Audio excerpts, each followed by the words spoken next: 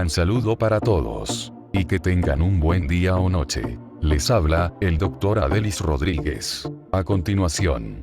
Morfofisiología humana. 4. Clase número 10.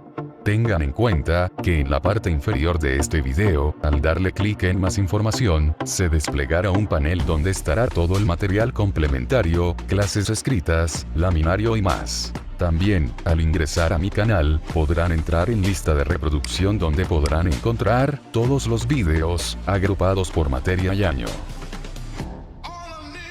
Y recuerden que si este material es de su agrado, pueden colaborar suscribiéndose, dándole clic al botón de la campanilla para recibir nuevas actualizaciones. No olvides darle me gusta y dejar tu comentario. Por supuesto que te agradezco si compartes este video para que otros puedan recibir más material como este.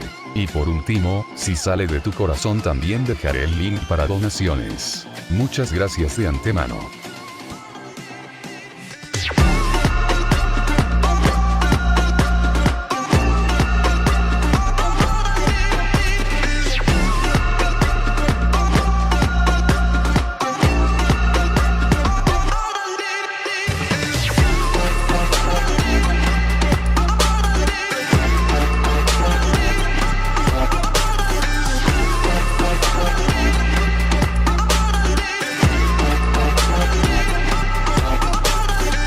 Un saludo cordial para todos. Las aguas del río Caroní en el estado de Bolívar corren con un cauce impetuoso y continuo, como se observa en la imagen, y evocan, de cierta forma, coincidencias con las vías excretoras del sistema urinario, cuyas características morfofuncionales estudiaremos en la actividad de hoy. Al concluir el estudio de estos contenidos, podrán explicar las características morfofuncionales de las vías excretoras urinarias, así como las malformaciones más frecuentes que en ellas se presentan. Podrán también explicar cómo se regula la osmolaridad y el equilibrio ácido-base, y su importancia en el mantenimiento de la homeostasia. En la actividad anterior, al orientar el estudio de las características morfofuncionales del riñón, se abordaron también algunas de las vías excretoras urinarias, por su relación estrecha con la formación de este órgano. De manera que en el día de hoy orientaremos cómo ocurre el desarrollo de las restantes. Conocimos que durante el desarrollo, las vías excretoras, representadas inicialmente por los conductos mesonéfricos y con posterioridad por los uréteres, desembocan en la cloaca, dilatación fusiforme que constituye la última porción del intestino primitivo y que está separada del exterior por la membrana cloacal. La orientación del estudio de las características morfofuncionales de las vías excretoras urinarias se realizará según el sentido de la corriente de orina. Las mismas se inician en los tubos colectores y los conductos papilares que desembocan en los vértices de las pirámides, las papilas renales, para verter la orina en la luz de los cálices menores. Estos últimos son estructuras huecas en número de 7 a 13 en cada riñón, en forma de copa que se acoplan a las papilas renales. Para algunos autores son el primer eslabón de las vías excretoras desde el punto de vista macroscópico. Los cálices menores poseen un sistema de fibras musculares lisas en sus paredes que se denomina aparato del Forney. Por convergencia de los cálices menores se forman los cálices mayores en número de 2 o 3 en cada riñón, y desde estos, al fusionarse, se forma una estructura común denominada pelvis renal. Al conjunto formado por la pelvis renal y los cálices mayores y menores, algunos autores lo denominan sistema pielocalicial, sitio frecuente de formación de litiasis y de procesos infecciosos. La pelvis renal se continúa fuera del riñón en el uréter, el cual desemboca en la vejiga donde se almacena la orina hasta el momento de la micción. Las vías excretoras son órganos tubulares cuya pared está constituida por 3 capas, una interna o mucosa, una media o muscular y una externa que puede ser adventicia o serosa. La capa mucosa está revestida por un epitelio de transición, excepto en la uretra. Este epitelio se modifica según el estado funcional. El mismo descansa sobre una lámina propia de tejido conectivo con dos capas, la más externa de las cuales algunos autores la consideran como submucosa. La capa muscular está constituida por músculo liso organizado en tres estratos, y la capa más externa es una adventicia, excepto en la parte superior de la vejiga, donde constituye una serosa. Veamos a continuación las características morfofuncionales de los uréteres. El uréter es una estructura tubular bilateral de unos 25 a 30 centímetros de longitud, extendido por detrás del peritoneo parietal posterior, desde el hilio renal como continuación de la pelvis hasta su desembocadura en la vejiga urinaria, atravesando su pared posterior. Cada uréter presenta dos porciones, abdominal y pelviana, considerándose como límite entre ambas el punto donde el uréter cruza por delante de los vasos ilíacos comunes. La luz del uréter no es uniforme, sino que presenta tres estrechamientos, uno en su inicio, como continuación de la pelvis renal, otro al cruzar los vasos ilíacos y un tercer estrechamiento al atravesar la pared vesical. Esta característica morfológica es de interés médico porque son lugares favorables para el enclavamiento de litiasis de pequeño tamaño que intentan progresar hacia la vejiga, situación que se acompaña de un cuadro doloroso característico denominado cólico nefrítico. Observen en esta imagen la forma oblicua en que el uréter pelviano atraviesa la pared vesical, sitio de estrechamiento de la luz ureteral, como se ha mencionado anteriormente. El largo trayecto del uréter desde el riñón hasta la vejiga explica las características de sus relaciones con órganos y estructuras vecinas, como comentaremos a continuación.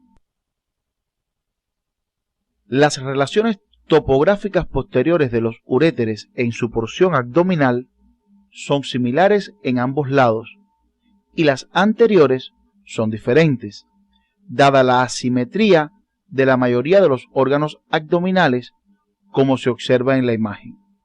En su porción pelviana, las relaciones anteriores y posteriores son simétricas, pero con variaciones según el sexo. Es necesario profundizar, a través del estudio independiente, en las relaciones propias de cada porción del uréter, según las orientaciones que aparecen en el CD de la asignatura. Veamos las características microscópicas de los uréteres. La mucosa del uréter está revestida por un epitelio de transición que descansa en la lámina propia de tejido conectivo. En condiciones de reposo, la mucosa presenta pliegues, como se observa en la imagen, que desaparecen al distenderse el órgano. La capa muscular presenta dos estratos, uno interno longitudinal y uno externo circular, excepto en el tercio inferior, cerca de la vejiga, en el que se añade un estrato externo longitudinal. La adventicia, capa externa, es rica en células adiposas, vasos sanguíneos y nervios. Los uréteres conducen la orina desde los riñones hasta la vejiga, donde se almacena hasta su salida al exterior a través de la uretra. Teniendo en cuenta que la vejiga y la uretra derivan de la porción ventral de la cloaca, el estudio de su desarrollo prenatal se realiza de manera conjunta.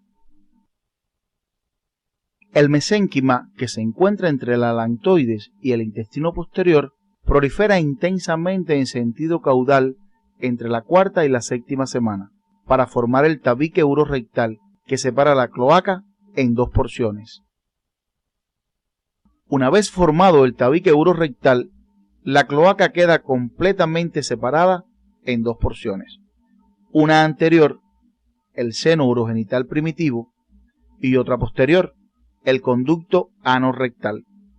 La membrana cloacal se divide en dos porciones, la urogenital y la anal.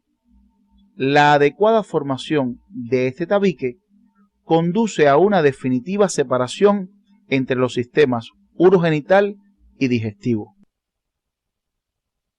En el seno urogenital primitivo se pueden distinguir tres porciones: una cefálica o porción vesical, de donde se origina la vejiga urinaria; una intermedia, denominada porción pélvica; y otra caudal, la porción fálica. La porción vesical del seno se continúa en su porción cefálica con la alantoides. Cuando la misma se oblitera, el vértice de la vejiga queda unido al ombligo por el uraco o ligamento umbilical medio. Las porciones pélvica y fálica participan en la formación de la uretra, que tiene características propias en cada sexo y serán orientadas más adelante en esta actividad. Recuerden que inicialmente los conductos mesonéfricos desembocan en las paredes posteriores de la cloaca, y en ellos lo hacen los brotes ureterales de cada lado.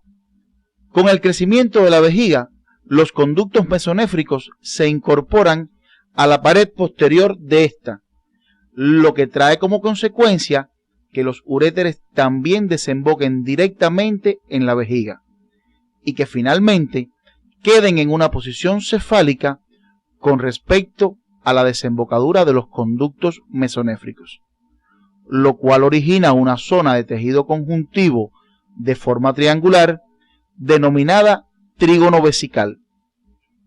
El epitelio de la vejiga es de origen endodérmico por ser un derivado del intestino primitivo. Veamos a continuación la evolución de la uretra. La uretra masculina presenta tres porciones: una prostática y una membranosa, que derivan de la porción pélvica del seno urogenital, y una esponjosa derivada de la porción fálica del seno. La parte más distal de la esponjosa se forma por penetración del tejido ectodérmico hacia el interior del pene, formando un cordón macizo que posteriormente se canaliza. El epitelio de la uretra deriva del intestino primitivo, por lo que es endodérmico, excepto en su porción distal, que tiene origen ectodérmico. La uretra femenina deriva en su totalidad de la porción pélvica del seno urogenital. Las imágenes muestran representaciones esquemáticas de dos malformaciones frecuentes de la vejiga, que se producen por defecto en la obliteración de la alantoides. Cuando la porción intraembrionaria de la alantoides permanece permeable en toda su extensión y sale orina por el ombligo, estamos en presencia de una fístula uracal. Si persiste permeable solo una parte de la alantoides, la actividad secretora del epitelio en este segmento produce una dilatación llamada quiste uracal. Otras malformaciones, como la ectrofia vesical y las relacionadas con la formación de la uretra, deben profundizarlas siguiendo las orientaciones que les brinda el CD de la asignatura. Veamos a continuación las características morfofuncionales macro y microscópicas de la vejiga. La vejiga urinaria es un órgano hueco de forma variable, de globulosa a triangular, según su estado de ocupación por la orina. Está situada en la cavidad pélvica sobre el suelo pelviano, por detrás de la sínfisis del pubis y por delante del recto en el varón, y del útero y parte superior de la vagina en la mujer. Por su aspecto externo se identifican en ella tres porciones: ápice o vértice, cuerpo y fondo.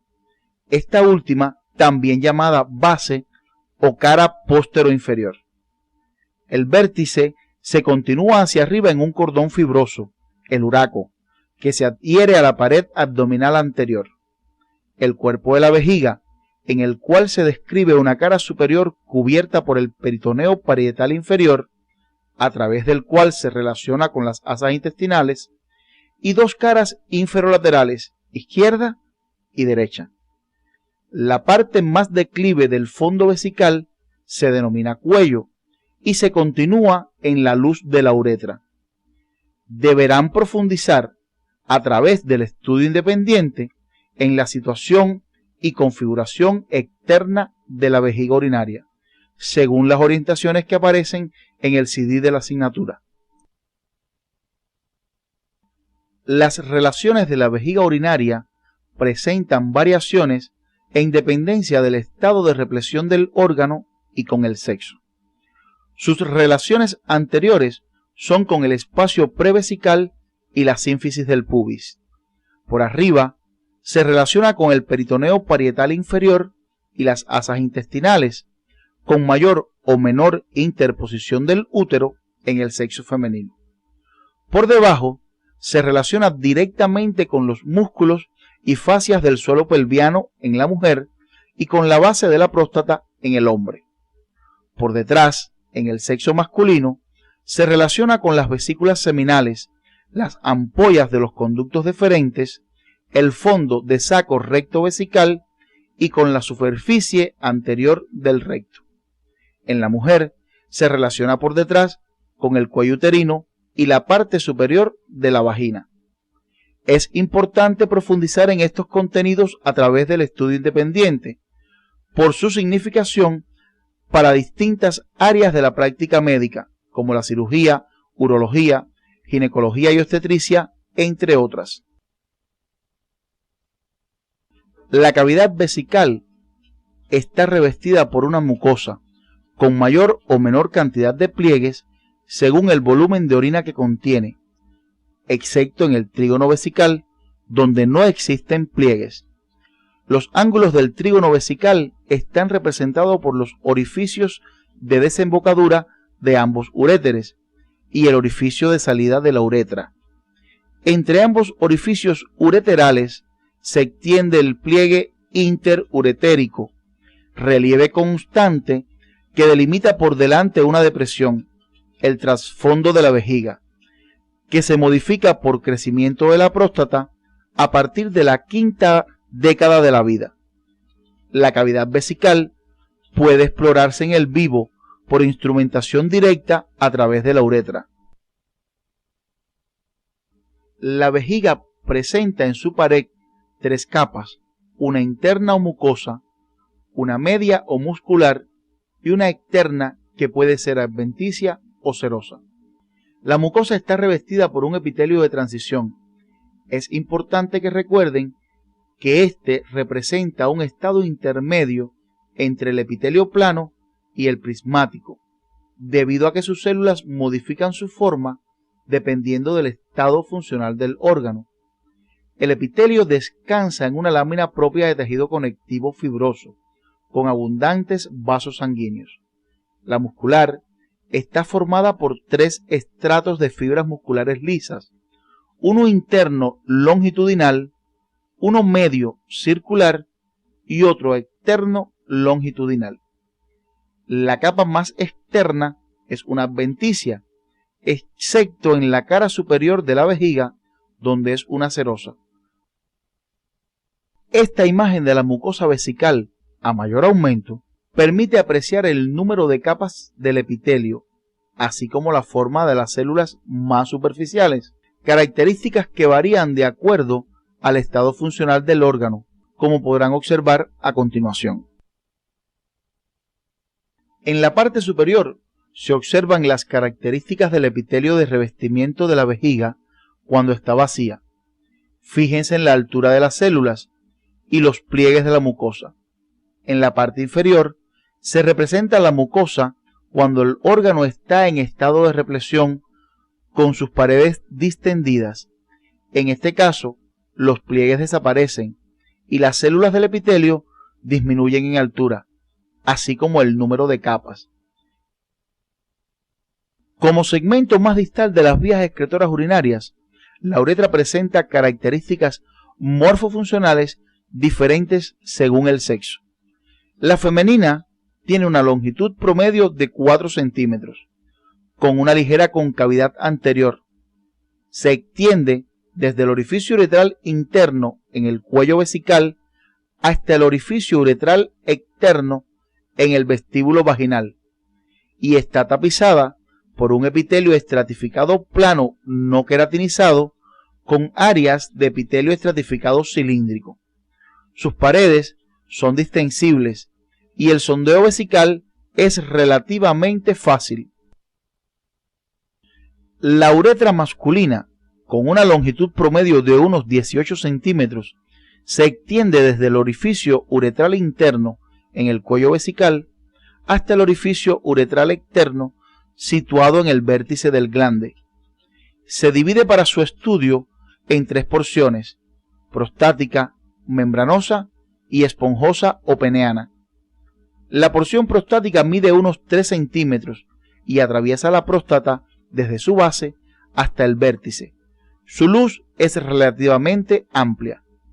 La porción membranosa mide como promedio 1 centímetro de longitud en correspondencia con el grosor del suelo pelviano a ese nivel. Su luz es muy estrecha. La porción esponjosa recorre el cuerpo esponjoso del pene. Su luz es uniforme, excepto a nivel del glande, donde se hace mayor, y forma la fosa navicular. La uretra prostática está revestida por un epitelio de transición, la membranosa y la esponjosa por un epitelio pseudoestratificado cilíndrico. Esta última tiene además áreas tapizadas por un epitelio estratificado plano no queratinizado. Desde el punto de vista médico, la uretra masculina tiene dos características muy significativas: los estrechamientos de su luz a nivel de los orificios uretrales interno y externo y al atravesar el diafragma urogenital ya señalados anteriormente, y las curvaturas anterior y posterior. La anterior puede rectificarse levantando pasivamente el pene, pero la posterior es permanente y debe tenerse muy presente durante el cateterismo vesical. Las vías excretoras urinarias pueden estudiarse en el organismo vivo mediante radiografías contrastadas, como se muestra en esta imagen. Observen los cálices menores y mayores, la pelvis renal, el uréter y la vejiga urinaria. Esta imagen corresponde a una ecografía de la cavidad pélvica en la cual se observa con mucha precisión la vejiga urinaria. La orina formada en los riñones es transportada en un proceso continuo a través de los uréteres hacia la vejiga, donde se almacena hasta la micción, que es el acto mediante el cual la misma es expulsada al exterior a través de la uretra. La micción es un acto reflejo complejo, cuyas características les orientaremos a continuación.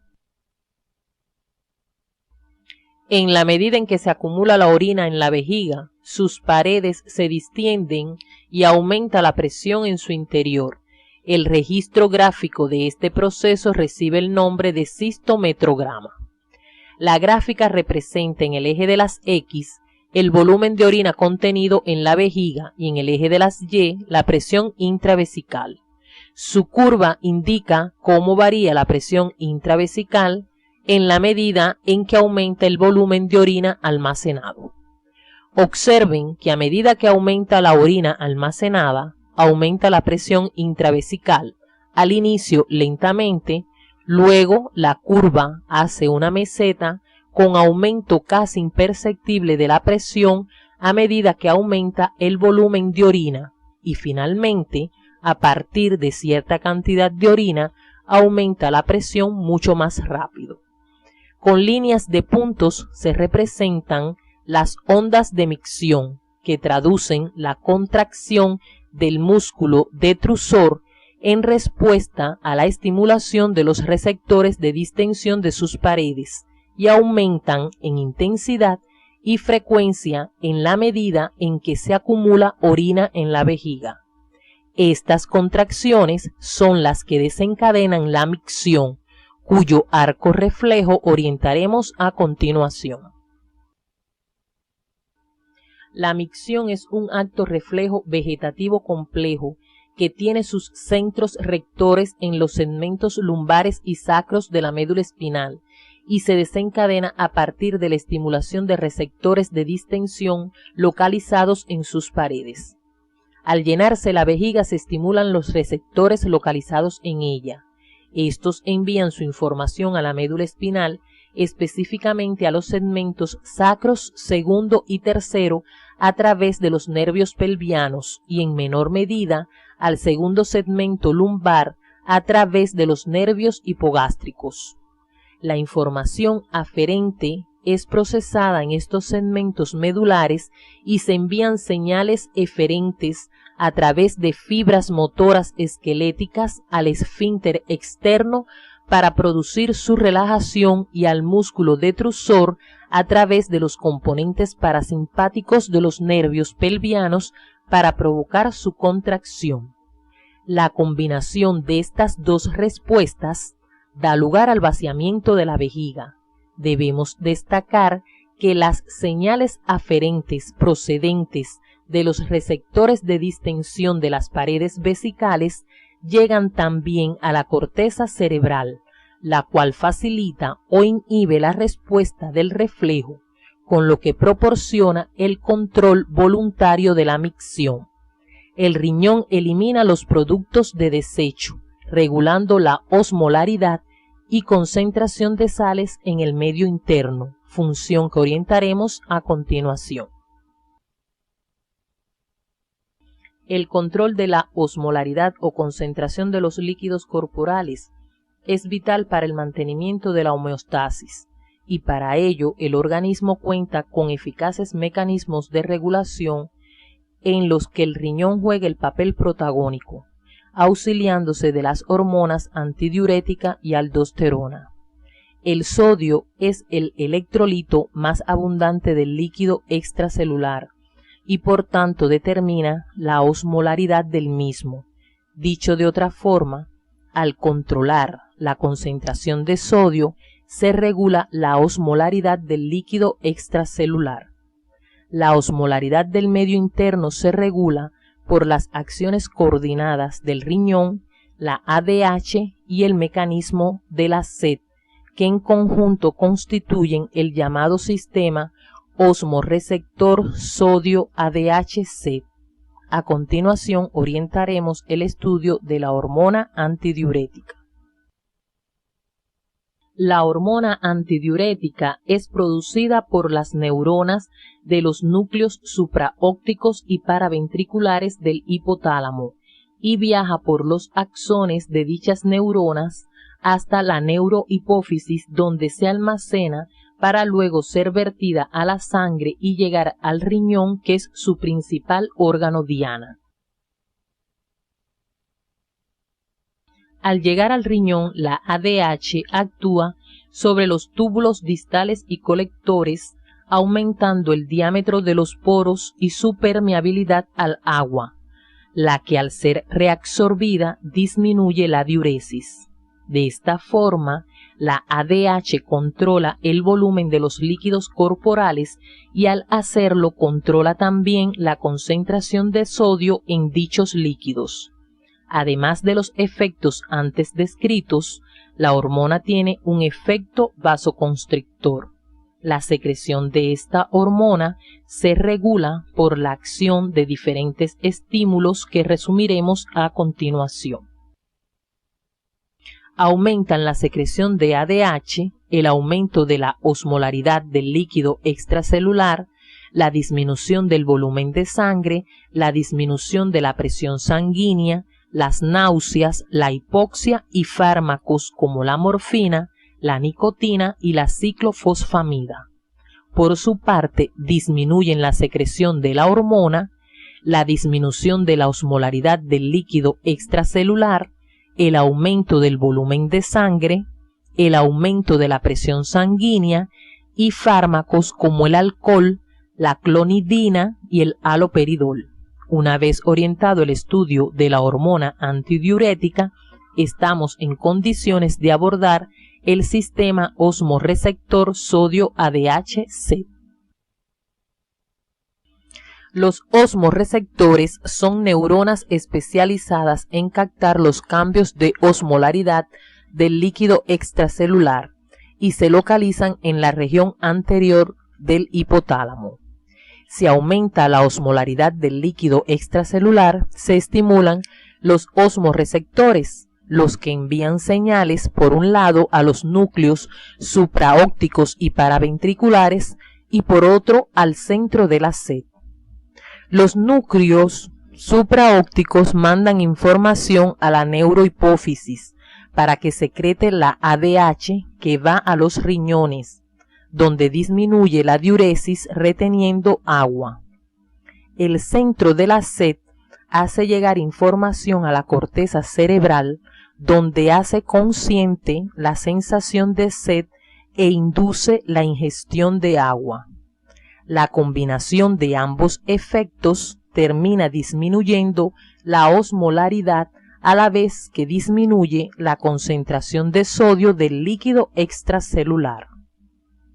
Este mecanismo actúa también a la inversa, o sea, regulando una disminución de la osmolaridad, lo cual deben analizar de forma independiente siguiendo las orientaciones del CD de la asignatura. Como ya conocen, el sodio es el principal componente del líquido extracelular y su concentración es regulada por la ADH. Sin embargo, la cantidad del mismo es controlada por la aldosterona, hormona esteroide, cuyo estudio orientaremos a continuación.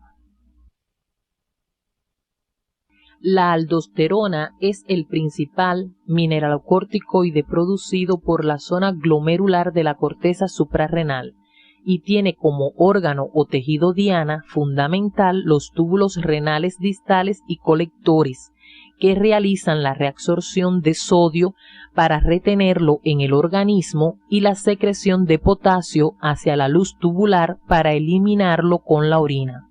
Debemos recordar que con la reabsorción de sodio se reabsorbe agua por el efecto osmótico de este ion. A continuación resumimos las acciones fisiológicas de la hormona.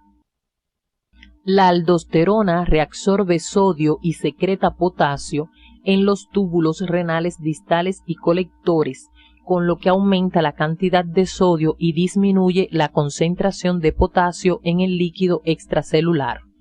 Al reabsorber sodio, por el efecto osmótico de este, reabsorbe agua, con lo que aumenta el volumen de líquido extracelular y el volumen de sangre, así como la presión arterial. A continuación, orientamos los aspectos fundamentales de la regulación de la secreción de esta hormona. Existen una serie de estímulos que incrementan la secreción de aldosterona. Entre estos se destacan el aumento de la concentración de potasio en el líquido extracelular, el aumento de la actividad del sistema renina-angiotensina, especialmente el aumento de angiotensina 2 y la disminución de la concentración de sodio en el líquido extracelular. Por su parte, la ausencia o falta de las hormonas adenocorticotrópica o ACTH disminuye o anula la secreción de aldosterona debido al papel que juega en la nutrición de la glándula suprarrenal. Deben cumplir las orientaciones que aparecen en el CD de la asignatura con relación a las alteraciones de la secreción de aldosterona y ADH. Si bien la regulación de la osmolaridad de los líquidos corporales es vital, existe otro parámetro cuya regulación es también imprescindible para la vida. Nos referimos al pH del medio interno que orientamos a continuación. Antes de iniciar el estudio de los mecanismos reguladores del equilibrio ácido-básico, debemos abordar algunos aspectos claves. El pH es una medida del grado de acidez o basicidad de una sustancia o solución. Se determina según la fórmula pH es igual a menos logaritmo de la concentración de hidrogeniones, por lo que es inversamente proporcional a dicha concentración, o sea, a mayor concentración de hidrogeniones, menor será el pH y viceversa. La expresión logarítmica del pH determina que sus valores oscilen entre 1 y 14. En la escala de pH, los valores por debajo de 7 corresponden al lado ácido y por encima de 7 al lado básico. El valor de 7 corresponde a un pH neutro. El pH normal de los líquidos corporales oscila entre 7.35 para la sangre venosa por su mayor contenido en dióxido de carbono y 7.45 para la sangre arterial con un menor contenido del mismo. Cuando el pH disminuye por debajo de 7.35 se produce una acidosis, mientras que si aumenta por encima de 7.45 se produce una alcalosis. A continuación exponemos la clasificación de los trastornos del equilibrio ácido-básico. Los trastornos del equilibrio ácido-básico se clasifican teniendo en cuenta el valor del pH en acidosis y alcalosis, y según su origen pueden ser respiratorios cuando son causadas por alteraciones de la ventilación alveolar y metabólicos cuando obedecen a alteraciones ajenas al funcionamiento del sistema respiratorio. Los desequilibrios ácido-básicos son alteraciones que ponen en peligro la vida, por lo que el dominio de los mecanismos reguladores del pH tiene gran importancia en la práctica médica. Los mecanismos con que cuenta el organismo para la regulación del equilibrio ácido-básico son los sistemas amortiguadores de bicarbonato, de fosfato y de proteínas, el sistema respiratorio y el sistema renal. Comenzaremos por los sistemas amortiguadores. Un sistema amortiguador es una solución de dos o más sustancias cuya combinación se opone a los cambios de pH del medio en que se encuentre. Generalmente está constituido por un ácido débil y su sal correspondiente, y su poder amortiguador está dado por la proximidad de su pK o constante de disociación al valor normal del pH y por la concentración de sus componentes. La pK es una medida de su capacidad para captar o ceder hidrogeniones. Otro aspecto de interés en el manejo de la regulación del equilibrio ácido-básico es la ecuación de Henderson-Hasselbalch, que orientaremos a continuación. La ecuación de Henderson-Hasselbalch permite el cálculo del pH de una solución si se conocen la concentración molar de iones bicarbonato y la presión parcial de dióxido de carbono. De ella se deduce que un aumento de la concentración de iones bicarbonato produce un aumento de pH y se desvía el equilibrio ácido-básico hacia la alcalosis. Si aumenta la presión parcial de dióxido de carbono, disminuye el pH y el equilibrio se desvía hacia la acidosis. A continuación les orientaremos el estudio de los aspectos fundamentales de cada uno de los sistemas amortiguadores. El sistema amortiguador de bicarbonato está integrado por el bicarbonato de sodio y el ácido carbónico. Observen cómo actúa este sistema cuando al medio donde se encuentra se añade un ácido fuerte como el ácido clorhídrico, el cual reacciona con el bicarbonato de sodio, dando lugar a un ácido débil, el ácido carbónico, que modifica muy poco el pH, y una sal neutra, el cloruro de sodio. Por otra parte, si se añade una base fuerte, como el hidróxido de sodio, esta reacciona con el componente ácido del sistema, el ácido carbónico, y se obtiene como producto el bicarbonato de sodio, base débil con poca incidencia sobre el pH y agua. Este sistema amortiguador tiene una pK de 6.1, por lo que su poder amortiguador no es alto.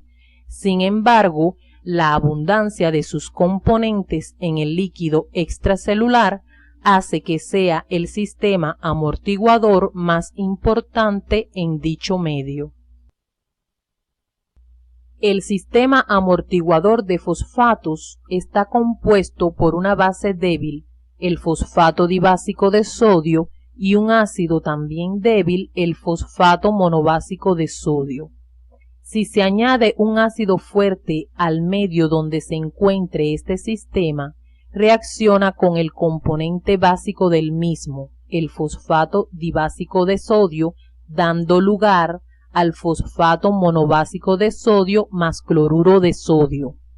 Cuando se añade una base fuerte al sistema, como el hidróxido de sodio, esta reacciona con el componente ácido del mismo, el fosfato monobásico de sodio, dando lugar al fosfato dibásico de sodio y agua.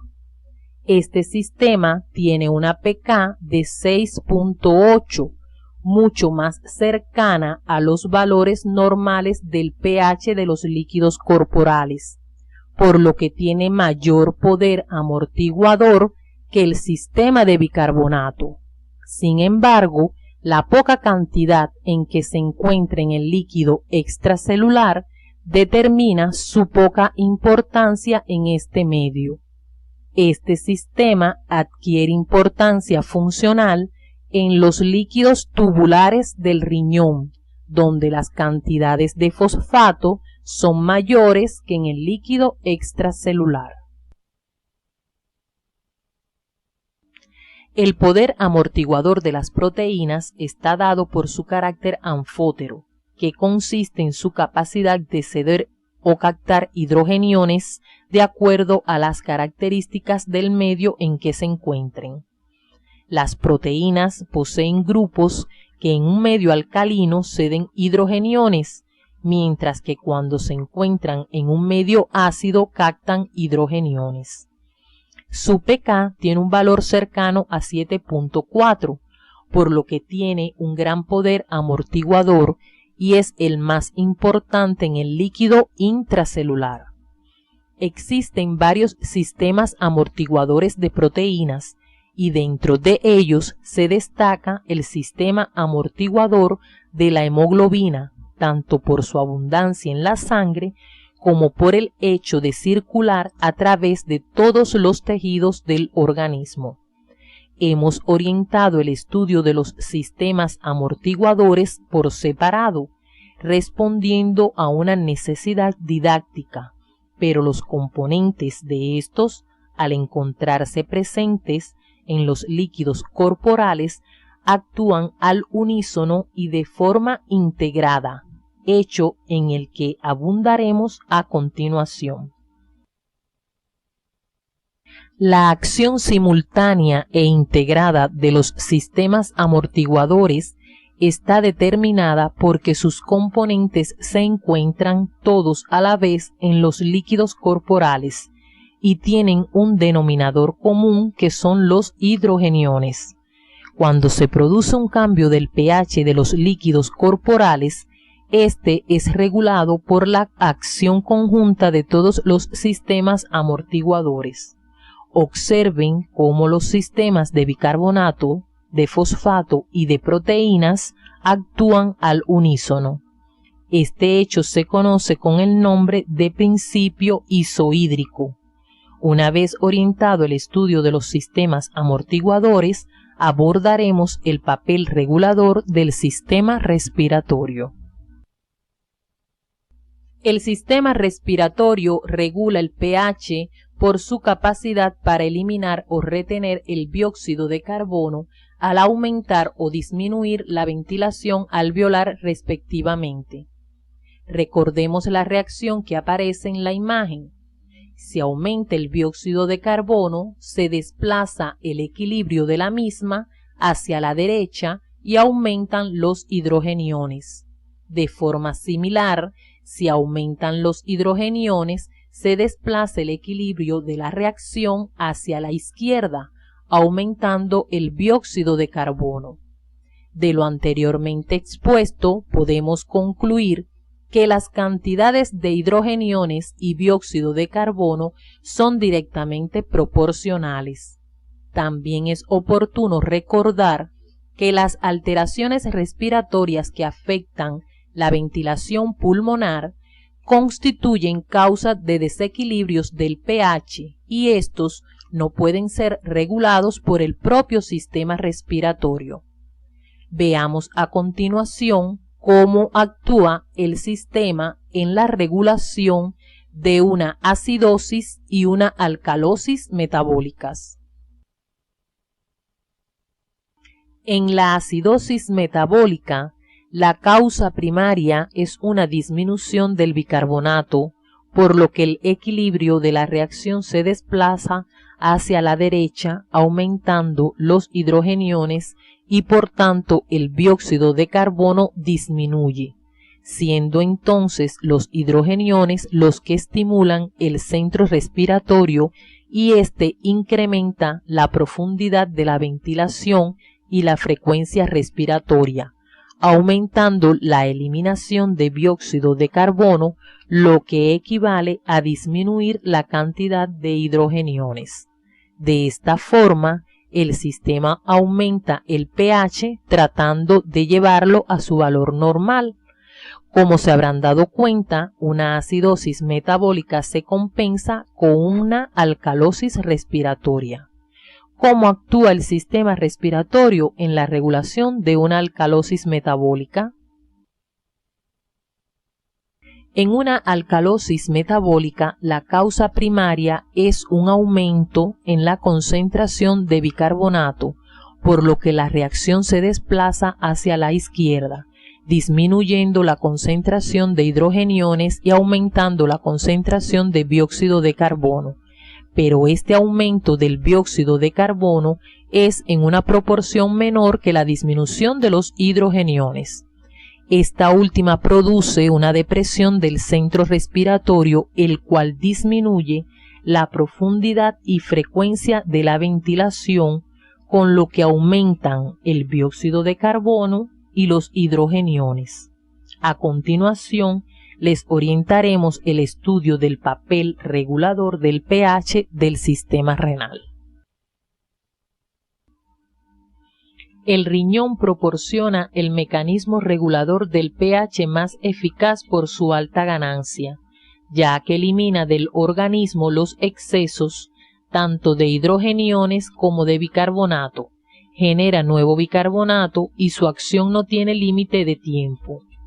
La imagen representa una célula de la pared y un fragmento de la luz del túbulo renal.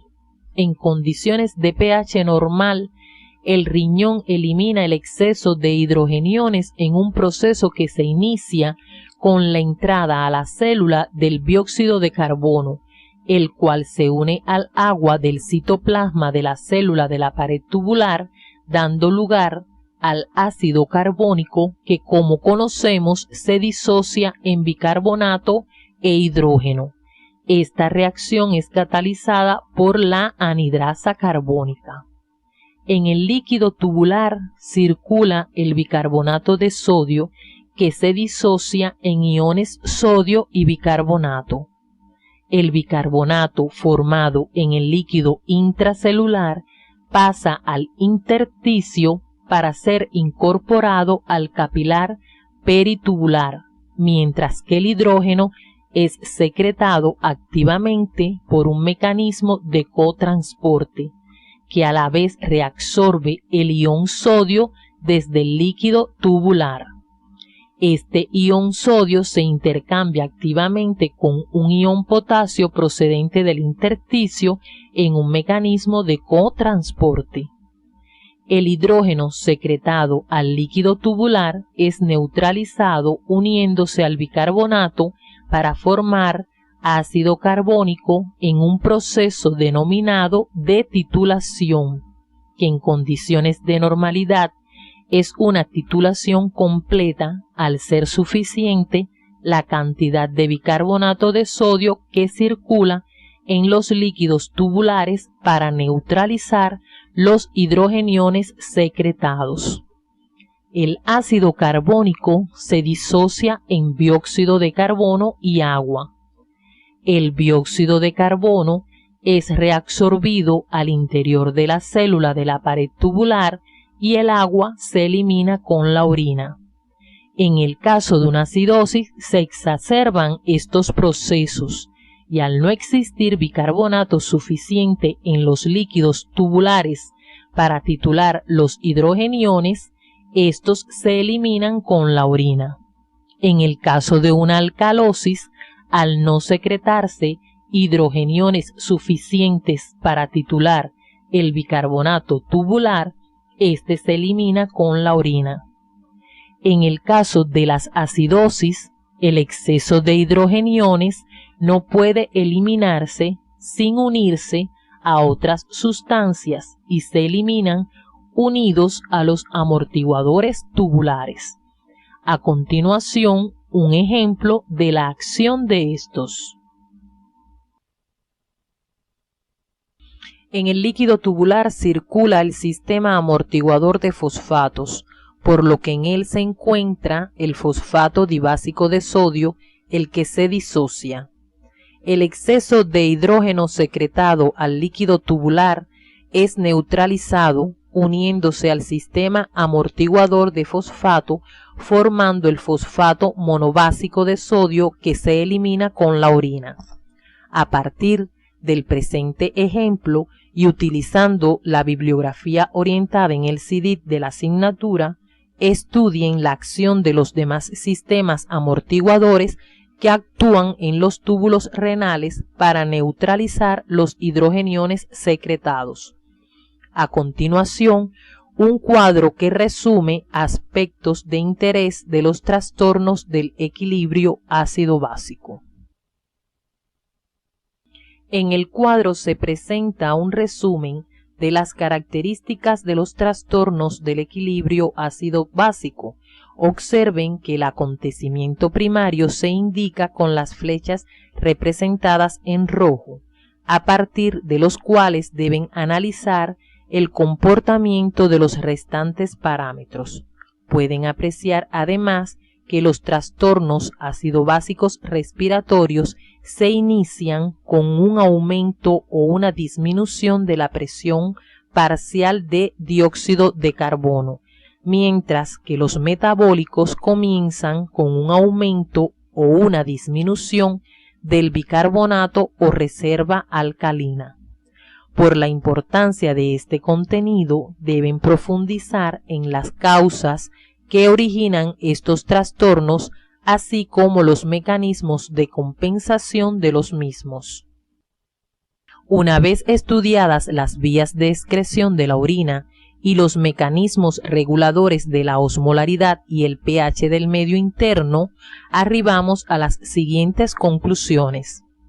Las vías excretoras urinarias están formadas por un conjunto de estructuras que responden al modelo de órgano tubular, cuyas características morfofuncionales particulares aseguran la eliminación de la orina hacia el exterior según las necesidades del organismo.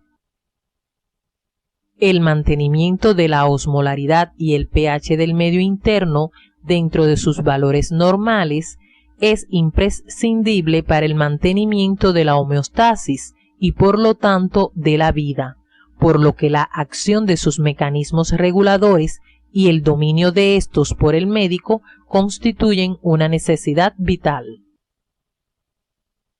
En esta actividad orientamos el estudio de las características morfofuncionales de las vías excretoras renales y destacamos el papel del riñón en la regulación de la osmolaridad y el pH de los líquidos corporales. En la próxima actividad comenzaremos el estudio del sistema digestivo. La comprensión de sus características morfofuncionales les permitirá desarrollar actividades de promoción de salud y prevención de enfermedades encaminadas a mejorar la calidad de vida de los miembros de sus comunidades.